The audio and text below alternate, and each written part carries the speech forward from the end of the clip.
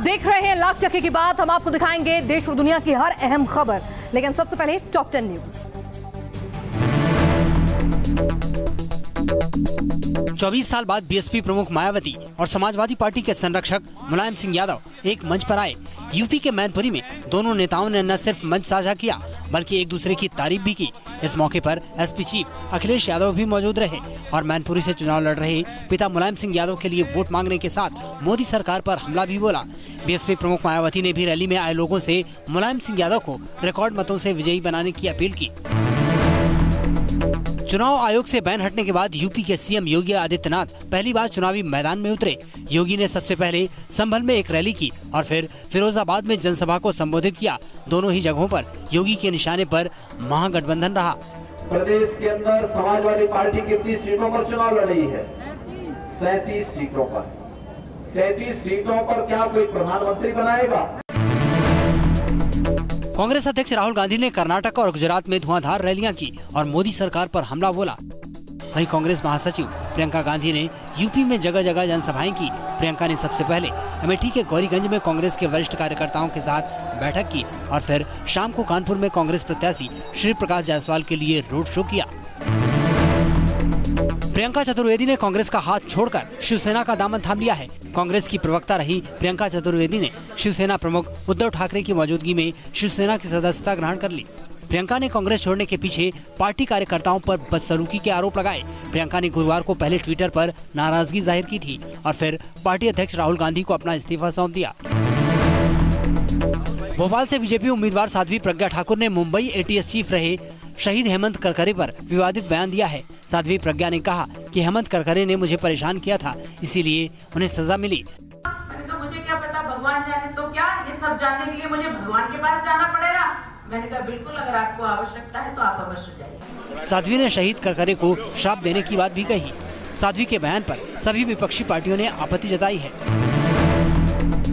गुजरात के सुरेंद्रगढ़ में कांग्रेस नेता हार्दिक पटेल को एक शख्स ने थप्पड़ जड़ दिया। हार्दिक पटेल सुरेंद्रनगर से कांग्रेस प्रत्याशी सोमा भाई पटेल के चुनाव प्रचार के लिए पहुंचे थे और मंच से भाषण दे रहे थे। तभी तरुण नाम का एक युवक उनके पास पहुंचा और थप्पड़ मार दिया। आरोपी युवक ने थप्पड़ जड़ते हुए कहा कि तुम्हें अब सब पहचान गए हैं। हार्दिक पटेल ने इस मामले में बलदाणा पुलिस स्टेशन में शिकायत दर्ज करवा दी है। दिल्ली की तिहाड़ जेल प्रशासन पर बड़ा सवाल खड़ा हुआ है। साबिर नाम के कैदी ने तिहाड़ प्रशासन पर आरोप लगाया है कि वहां जेल के अंदर उसके साथ बदसलूकी हुई, उसे मारा पीटा गया और उसकी पीठ पर धार्मिक चिन्ह ओम का निशान बना दिया गया। कैदी ने इस बात की शिकायत कोर्ट में पेशी के दौरान खुद जज से की, जिसके बाद जज ने जेल प्रशासन से पूरे मामले की रिपोर्ट मांगी है। उत्तराखंड के पहाड़ों पर तबाही की हैरान कर देने वाली तस्वीरें सामने आई हैं। रामपुर में रुद्रप्रयाग केदारनाथ हाईवे पर अचानक लैंडस्लाइड से अफरा तफरी मच गई। पहाड़ दरकने से कई पेड़ धराशायी हो गए और हर तरफ मिट्टी का मलबा फैल जाने से हाईवे पर लंबा जाम लग गया। मलबा हटाने के लिए जेसीबी मशीनों को लगाना पड़ा। बता दें कि 9 मई को केदारनाथ धाम के कपाट खुलने हैं। हिमाचल प्रदेश के लाहौल स्पीति से भारी बर्फबारी की तस्वीरें सामने आई हैं। यहाँ मनाली लेह हाईवे पर बर्फ जमा होने से गाड़ियों की आवाजाही पूरी तरह थम गई, जिससे बीआरओ की टीम ने काफी देर की मशक्कत के बाद हटाया। यहाँ पिछले दिनों इतनी बर्फ गिरी है जितनी आमतौर पर सर्दियों के दिनों में होती है। थाईलैंड के समंदर में एक डॉग का रेस्क्यू ऑपरेशन किया गया। एक तेल कंपनी के कर्मचारियों ने पोर्ट से करीब 225 किलोमीटर दूर समंदर में इस डॉग को तैरते देखा, जिसके बाद रस्सी के सहारे उसे बाहर निकाला गया। बताया जा रहा है कि लंबे समय तक समंदर में खारे पानी में रहने के कारण डॉग की हालत खराब थी, मगर रेस्क्यू टीम ने तुरंत उसका इलाज कराया, जिससे डॉग की जान बचाई जा सकी।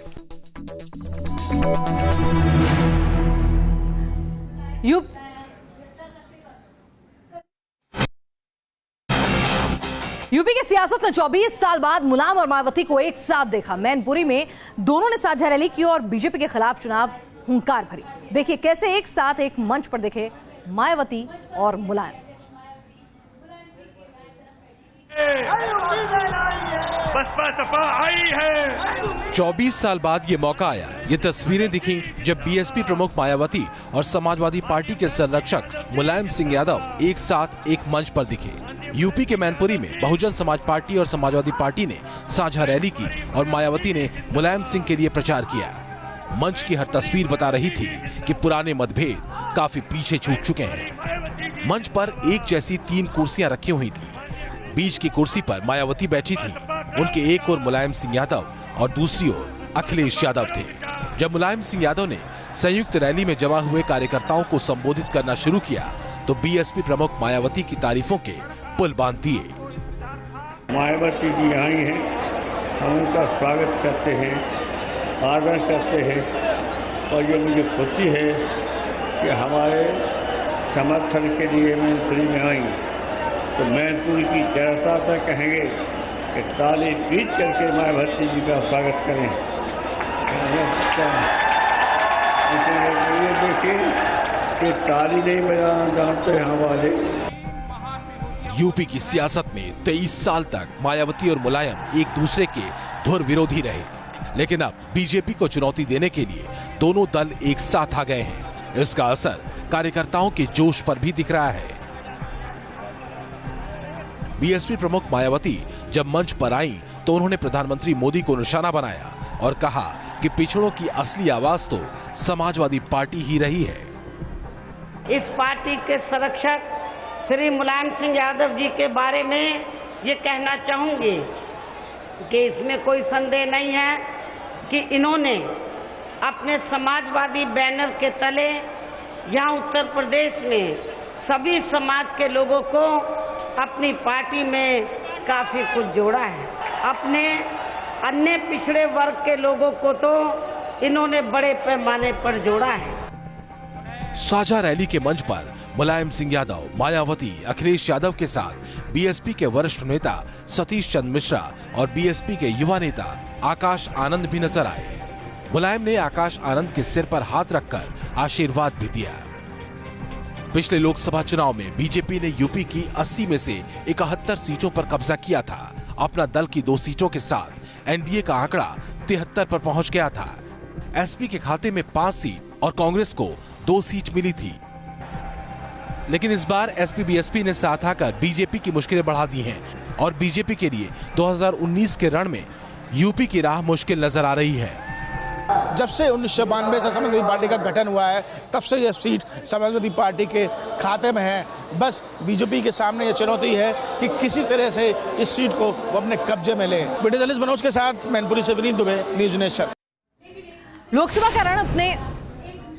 का रण अपने उफान पर है। राजनेता वोटर्स के साथ साथ मंदिर भी हाजिरी लगा रहे हैं। 72 घंटे का बैन हटने के बाद योगी आदित्यनाथ ने मंदिर में दर्शन के बाद फिर से चुनावी अभियान शुरू किया, तो वहीं एमपी के रण में चुनौती झेल रहे दिग्विजय सिंह और कमलनाथ भी बजरंगबली की शरण में गए। चुनाव आयोग से मिले 72 घंटे के बैन के बाद उत्तर प्रदेश के मुख्यमंत्री योगी आदित्यनाथ ने एक बार फिर सियासी मोर्चा संभाल लिया। चुनावी मैदान पर उतरने से पहले योगी ने बजरंगबली का आशीर्वाद लिया। हनुमान जयंती के मौके पर उन्होंने लखनऊ के अलीगंज इलाके में मौजूद हनुमान मंदिर में जाकर मत्था टेका। सीएम ने बजरंगबली के चरणों में लड्डू चढ़ाया और पूजा की। पुजारियों ने योगी को टीका लगाया और फूलों की माला देकर सम्मानित किया। इसके बाद सीएम साहब संभल की चुनावी रैली में विरोधियों पर जमकर बरसे।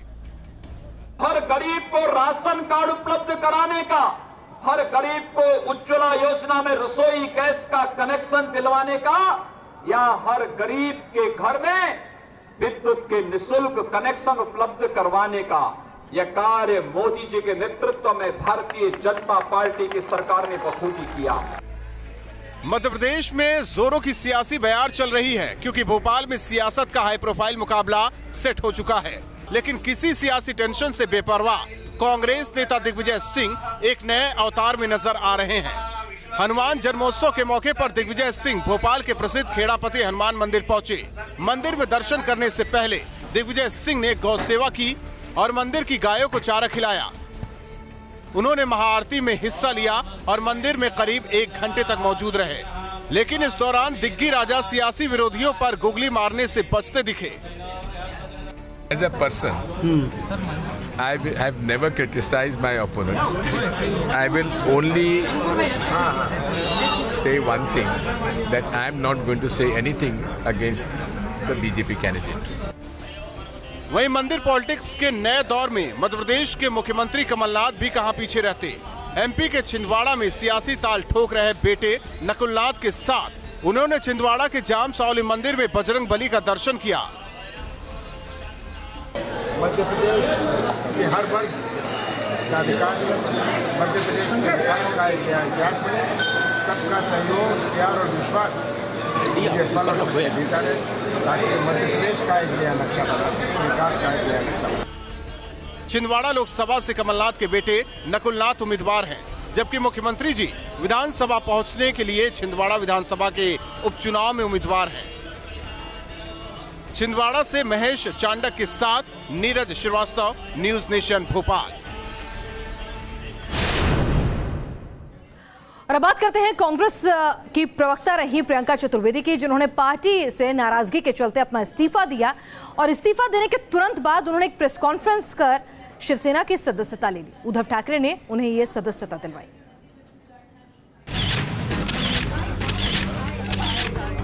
कैमरे की चकाचौंध है, उद्धव ठाकरे भी मौजूद हैं और प्रियंका चतुर्वेदी भी। वैसे तो प्रियंका को अब तक आप कांग्रेस के प्रवक्ता के तौर पर टेलीविजन पर देखते आए होंगे, लेकिन अब वो शिवसेना का पक्ष रखेंगी।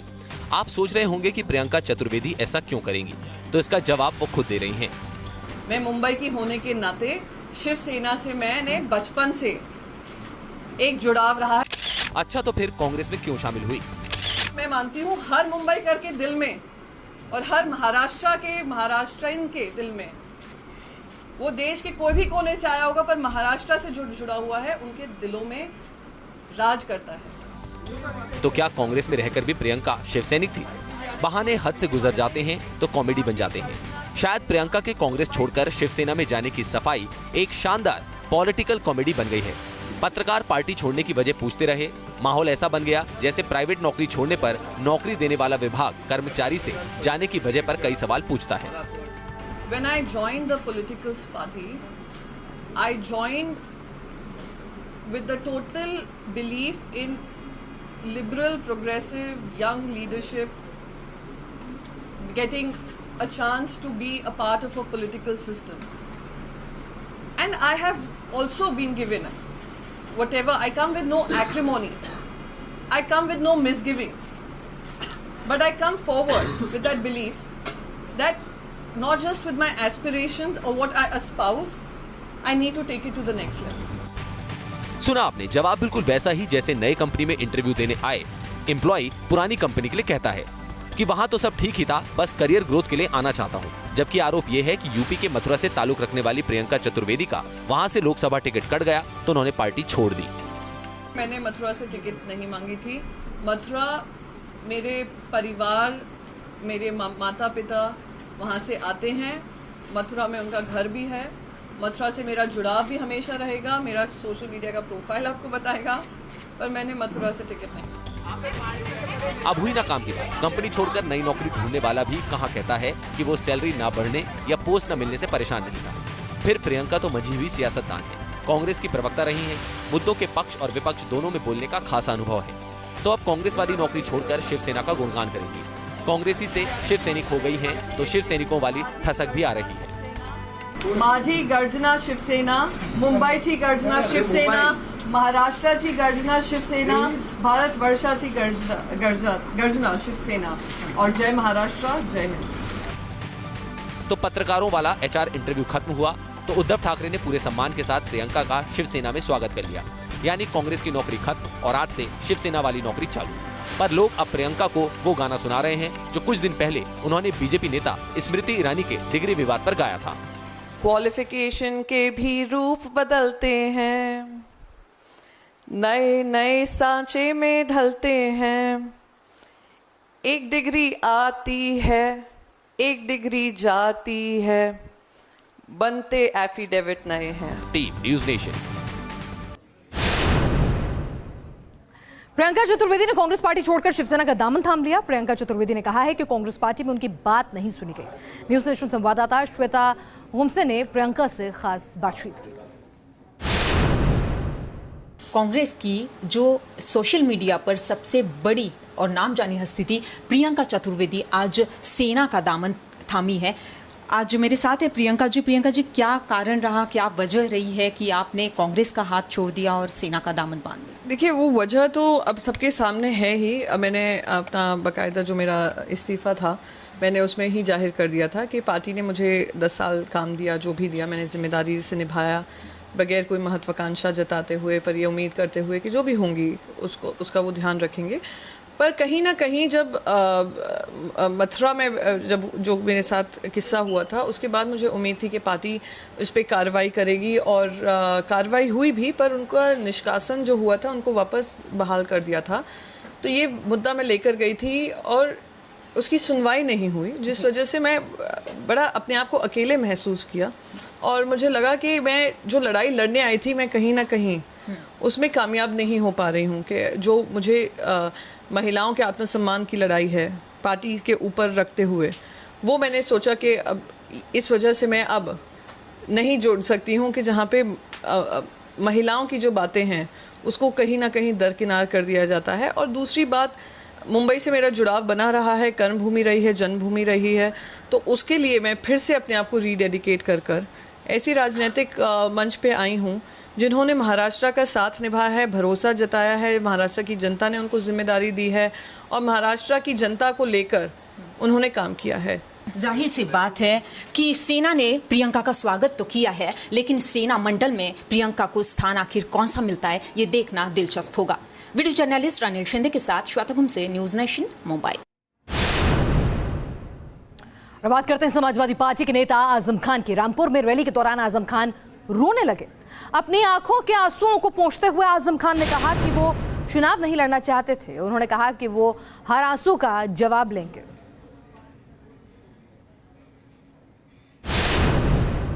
एक दौलत वाला बाहर से आकर हम गरीबों को कितना जलील करेगा, क्या इंतहा होगी जुल्म की। जाकर देखो रामपुर शहर छावनी बना हुआ है, दरवाजे तोड़े जा रहे गरीबों के घरों के। गरीबों के घरों में कहाँ पैसा मिलेगा? पैसा तो कोई और बांटेगा, मैं तो मोहब्बत बांटूंगा। और है क्या मेरे पास? चंदे से लड़ा हूं, ये चुनाव मेरे पास नहीं है। मैं नहीं लड़ना चाहता था ये चुनाव, मुझे काहे के लिए तैयार किया इस चुनाव को लड़ने के लिए।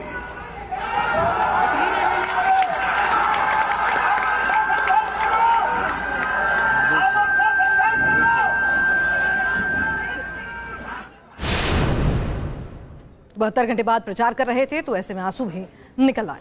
कांग्रेस महासचिव प्रियंका गांधी वाड्रा ने आज उत्तर प्रदेश के कानपुर में दमखम दिखाया। प्रियंका ने कानपुर में कांग्रेस उम्मीदवार और पूर्व केंद्रीय मंत्री श्री प्रकाश जायसवाल के समर्थन में एक रोड शो किया। रोड शो के दौरान समर्थकों का भारी हुजूम देखा गया। हालांकि वाराणसी से चुनाव लड़ने के न्यूज नेशन के सवाल को प्रियंका टाल गई। उत्तर प्रदेश के रण में प्रियंका रोड शो के जरिए दिखाया दम। रोड शो में दिखा समर्थकों का सैलाब। पूर्वी उत्तर प्रदेश में कांग्रेस की प्रभारी प्रियंका गांधी ने आज कानपुर में चुनावी प्रचार किया। उन्होंने यहां से कांग्रेस उम्मीदवार और पूर्व केंद्रीय मंत्री श्री प्रकाश जायसवाल के लिए रोड शो किया। इसी रोड शो के दौरान आज न्यूज नेशन ने वो सवाल पूछा जिसका जवाब पूरा देश जानना चाहता है। न्यूज नेशन के रिपोर्टर अमित सिंह ने प्रियंका से पूछा क्या वो वाराणसी से चुनाव लड़ेंगी। चंद दिन पहले ही प्रियंका ने खुद ही इस संभावना को सियासत में उछाला था, लेकिन आज न्यूज नेशन के इस सवाल को टाल गई। बस कानपुर की जनता को शुभकामनाएं दी और आगे बढ़ गयी। आप सबको मेरी बहुत बहुत शुभकामनाएं। कानपुर के घंटाघर इलाके से शुरू हुए रोड शो में लोगों की भारी भीड़ उमड़ी।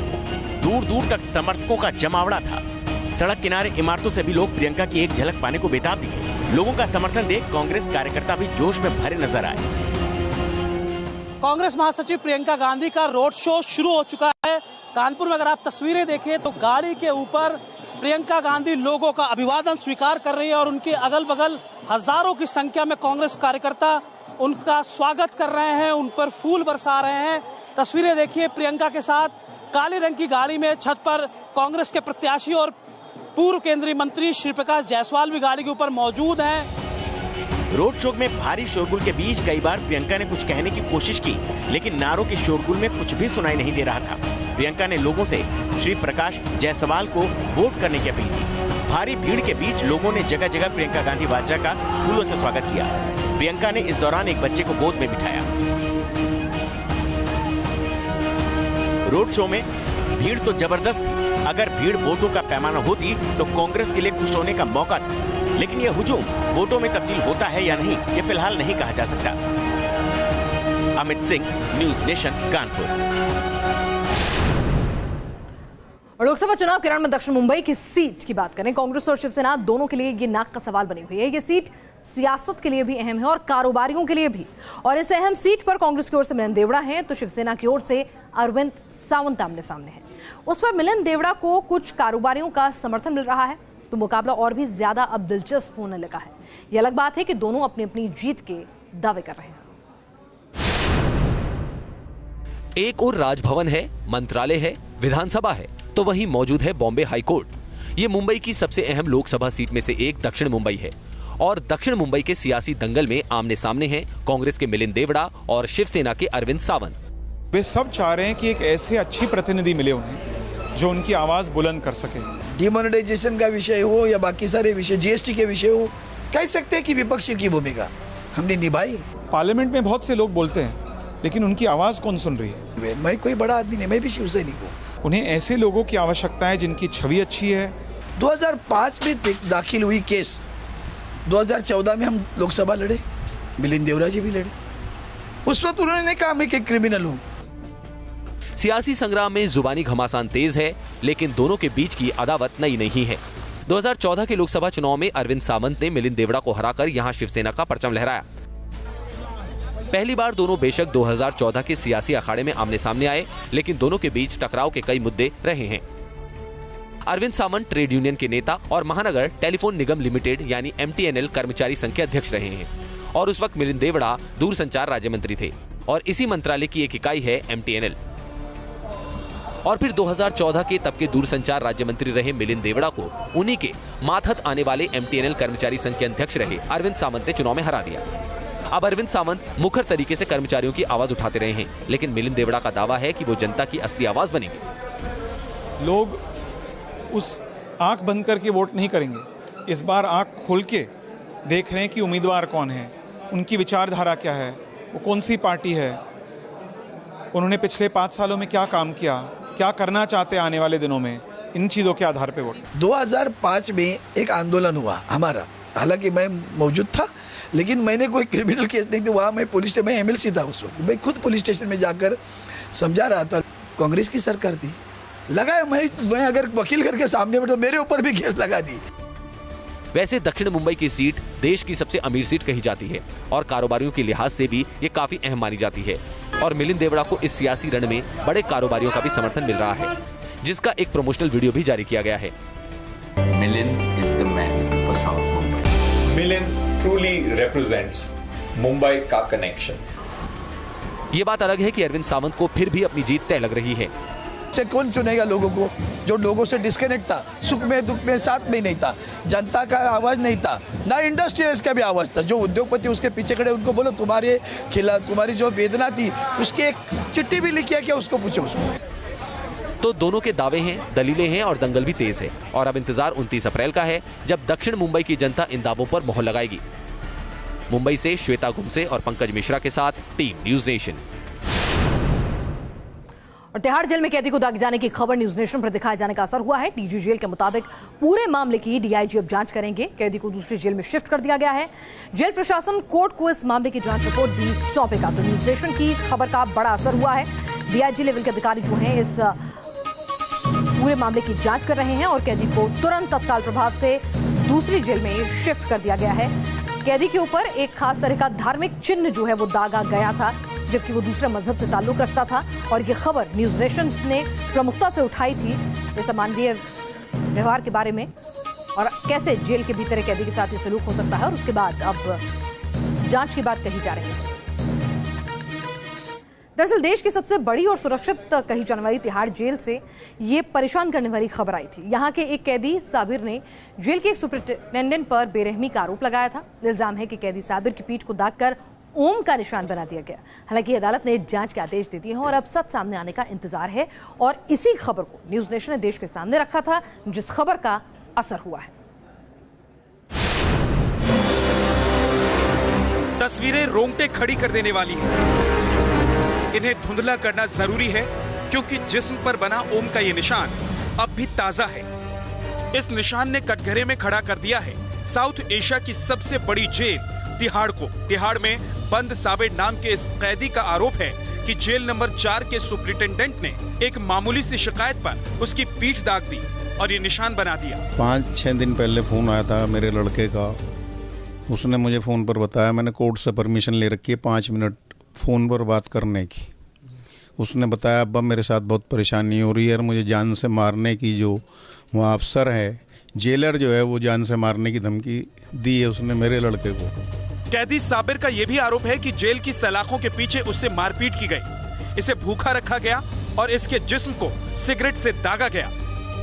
जेल में बंद साबिर अभी भी विचाराधीन है। साबिर पर आर्म्स सप्लाई का मुकदमा चल रहा है और फिलहाल ये न्यायिक हिरासत में है और आरोप है कि इसी जेल के सुपरिटेंडेंट राजेश चौहान ने उसके साथ बेरहमी की। मैं उसकी इंक्वायरी करने के लिए जो है 16 तारीख को वहाँ जेल मिलने गया था। जेल मिलाई करी मैंने उनसे और जेल मिलने के बाद उन्होंने मेरे को सारे जितने भी इंटायर फैक्ट हैं वो सारे बताया क्या क्या हुआ। तो उसके जो पीठ है पीछे, उसके ऊपर ओम गोद दिया गया। मतलब आरोप है कि कैदी ने जेल सुपरिटेंडेंट से एक मामूली सी शिकायत की, अपना इंडक्शन चूल्हा खराब होने की, तो वो नाराज हो उठे। कैदी से कहा कि तुम बहुत शिकायत करते हो और तुम यहाँ के नेता बनते हो, और फिर शिकायत के मुताबिक जेल सुपरिटेंडेंट ने सबक सिखाने की पूरी तैयारी कर ली। 3-4 लोगों के साथ मिलकर कैदी के जिस्म पर दाग कर निशान बना दिया। अपने कमरे में बुलाकर 3-4 लोगों के साथ मिलकर हम पहले मारपीट करी इसके साथ। उसके बाद जो है क्या कहते हैं, इसको जो गर्म करके ओम जो है जबरन इसके पीठ पे लगा दिया गया, जो हमने कल अच्छी देखा था, उसके फोटोग्राफ भी लिए हैं। दरअसल 17 अप्रैल को साबिर की अदालत में पेशी थी और पेशी के दौरान जब साबिर ने इस घटना की जानकारी दी तो जज ने लॉकअप में इसकी तस्दीक की। कैदी ने कोर्ट के सामने तिहाड़ प्रशासन पर मारपीट, गर्म धातु से ओम दागने के गंभीर आरोप लगाए और अदालत ने जेल प्रशासन को जांच कर रिपोर्ट पेश करने के आदेश दिए। कोर्ट ने जांच को लेकर कुछ पहलू भी बताए हैं। कोर्ट ने साफ कहा है कि जेल के सीसीटीवी की जांच कर रिपोर्ट में जानकारी शामिल की जाए और इस बाबत जेल में मौजूद दूसरे कैदियों की भी गवाही ली जाए। साथ ही कोर्ट ने पीड़ित कैदी की सुरक्षा सुनिश्चित करने के लिए भी आदेश जेल प्रशासन को दे दिए हैं। मामला कोर्ट में है तो जेल प्रशासन ने कैमरे पर कुछ भी कहने से मना कर दिया। हालांकि जेल के सूत्रों ने बताया कि जिस सुपरिटेंडेंट पर बेरहमी का आरोप लगा है उसने सीनियर अधिकारियों को बताया है कि कैदी कई बार जेल बदलने की गुजारिश कर रहा था, लेकिन जब उसकी बात नहीं मानी गई तो उसने झूठे आरोप लगाए हैं। इस संबंध में हमारी तिहाड़ के डीजी और एआईजी दोनों से बात हुई। उन्होंने कहा कि हम अपना पक्ष अदालत के सामने ही रखेंगे। हालांकि इस संबंध में जांच शुरू कर दी गई है। अब देखना यह है कि इस जांच में किसकी साजिश सामने आती है। वीडियो जर्नलिस्ट मनोज के साथ अवनीश चौधरी, न्यूज नेशन, दिल्ली। इस खबर के सामने आते के साथ ही सियासत भी गर्मा गई। बीजेपी नेता आम आदमी पार्टी पर आरोप लगा रहे हैं और कांग्रेस वाले बीजेपी पर। इसमें चुनाव आयोग के निर्देशन में ये सारे काम हो रहे हैं, लेकिन न्याय प्रक्रिया में जो संज्ञान लिया गया है इसको लेकर के जो भी दोषी है उसके खिलाफ कार्रवाई होनी चाहिए और इसके लिए आम आदमी पार्टी प्रयास कर रही है। अरविंद केजरीवाल जी जो मुख्यमंत्री है उनके अंदर आती है, तो इस तरह से अगर कोई चीज़ होती है, किसी भी धर्म का कोई भी व्यक्ति हो, इस तरह से प्रताड़ना होती है, तो मुझे लगता है दिल्ली के मुख्यमंत्री को जवाब देना चाहिए। क्योंकि देश भर में कहीं भी घटना होती है, चाहे वो हरियाणा के अंदर हो, चाहे बंगाल के अंदर हो, दिल्ली के मुख्यमंत्री भागे भागे जाते हैं और फटाफट ट्वीट करते हैं, लेकिन अभी तक उन्होंने उस पर कुछ ट्वीट नहीं किया, कुछ बोला नहीं है। तो मुझे लगता है कि दिल्ली के मुख्यमंत्री, जिनको पूरे देश की चिंता है, जो उनके मंत्रालय के अंदर आता है उसकी भी चिंता होगी और उस पर जवाब देंगे। देखिए, दिल्ली पुलिस का मैनेजमेंट होता है और अगर प्रियज्ञा जैसे लोगों को पार्लियामेंट का टिकट दिया जाएगा तो वो कैदी जिसने ओम बनाया है उसी भी ये उम्मीद रही होगी कि अगर वो काट के ओम बना देगा तो भारतीय जनता पार्टी कम से कम असेंबली का टिकट तो उसको दे ही देगी। ये देश को बर्बाद करने का इन लोगों ने तय कर रखा है। इसका इन्वेस्टिगेशन होना चाहिए और सख्त कार्रवाई होनी चाहिए।